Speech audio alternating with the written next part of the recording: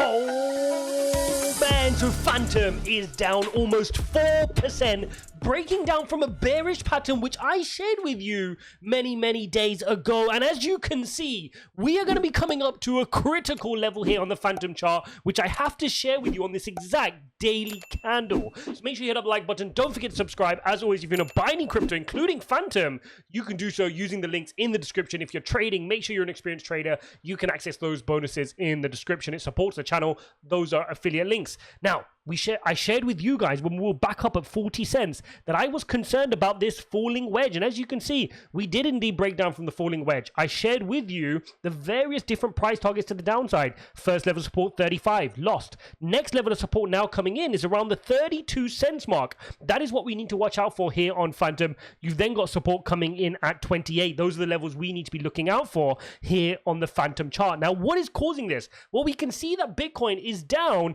1.89% today, losing, getting rejected from 25k yesterday, and then not building any support. There was no retest at the 24 level. It just fell through it like a ton of bricks. Even though we worked so hard to break through 24, the bears continue to be in control.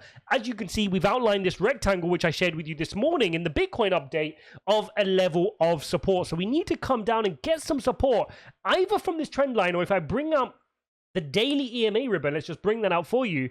You can see that falls into that exact same rectangle as well. So we need that support to come in from those levels. We need to see Bitcoin bounce. Now, obviously aiding this today, which was interesting because the last few days, equity markets were moving in the red, in the green, but Bitcoin was still red. And today, equity markets are red, and obviously Bitcoin's going to be red as well then. You've got the NASDAQ down 1.2%, 0.67 on the S&P, Dow Jones down as well. 20 minutes time from recording. We've got the FOMC minutes coming out from the FOMC meeting previously.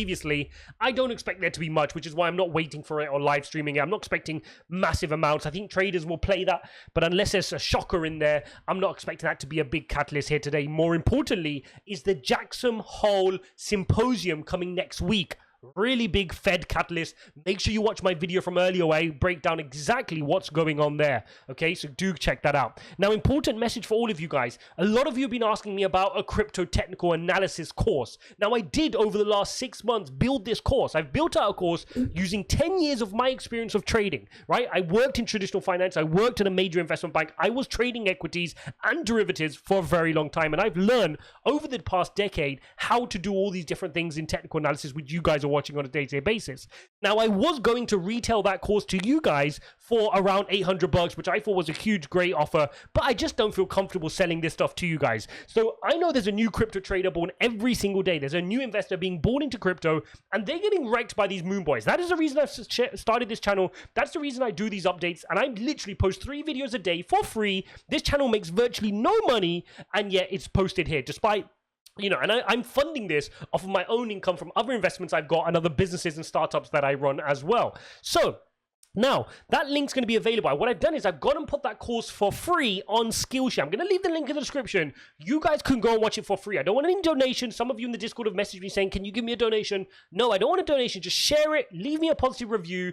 And just anyone who's new in crypto who needs this TA education, give them that link and let them access that. By clicking the link, you'll get a month for free on Skillshare, so you can go ahead and watch that course and learn and take notes from it. So do check that out and take advantage of that for free.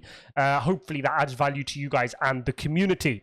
Now, red market here, okay? So this is super unfair, and I tweeted the same thing. I mean, if you head on over to my Twitter, at @realijaz1, you will see I tweeted just a little while ago, how is this fair? Equities red, Bitcoin red. Equities green, Bitcoin green. We were correlated all the way to the downside, and now that the equity markets over the last 3-4 days had some green, Bitcoin wasn't moving, and that's getting a little bit frustrating now. We're going to have to keep an eye on this. Hopefully, we collect some support. It's not the end of the world yet. We've not flipped our EMA bearish on the daily, so we're good. Similarly for Fantom, okay? We've got our daily EMA ribbon. We're coming to the bottom of this rising broadening wedge. Let me remove the EMA ribbon. Look at that. We're right to the bottom. We need some support from this rising broadening wedge. It's a bit worrying that we've been in the bottom half of this rising wedge. We need to bounce, get back above 38 cents, and get some momentum to the upside. Again, we need our EMA ribbon here to hold and push us to the upside. Let me bring out the Bollinger Band as well, and you will see we've broken through the middle of the Bollinger Band, which is why it's a little bit more scary, because normally we get some good support. Look here, we got some support.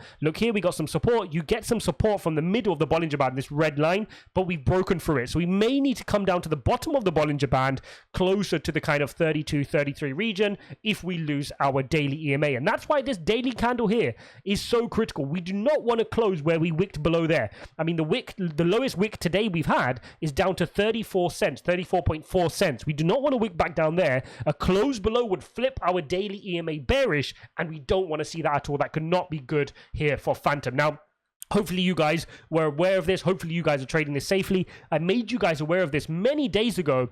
When we were entering, when we got rejected here from the top of our wedge, we got this fake out. It looked like we were faking out to the upside, and then we got sent back down to the downside. If I bring out the VPVR again, just to show you, our next level of support in terms of volume can start coming back in at that point of control. The point of control sits about 33 cents.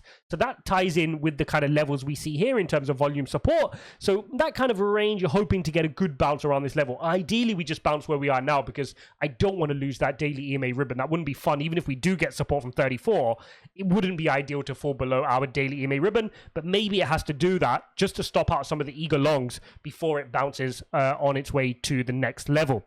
Fear and Greed Index sitting at 41 here. Market's feeling okay. I keep saying this. The market's okay. It's not super fearful. For it to get fearful again, Bitcoin's going to have to fall below 22, right? It's going to have to go back into that channel for the markets to be a little bit fearful. If I show you that on the charts, let's tidy this up a little bit. Let's remove the VPVR. Actually, well, remove the EMA ribbon. I'll keep the VPVR for Bitcoin, because you can see that is exactly where we're struggling. We broke through some of the hard levels, and then we got rejected from 25. It looked like we were able to get through.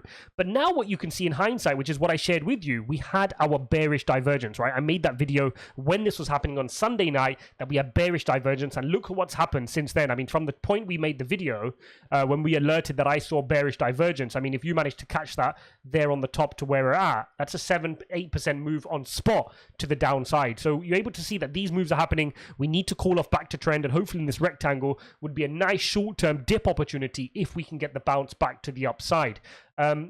Now, what I need to look for, so this is the range we're worried about on the long-term time frame, right? So I'm not worried about it immediately. We've got a bunch of stuff to do, right? Like I said, we've got our EMA ribbon. We need to hold our EMA ribbon. We've got this trend line, this blue trend line, which we need to hold.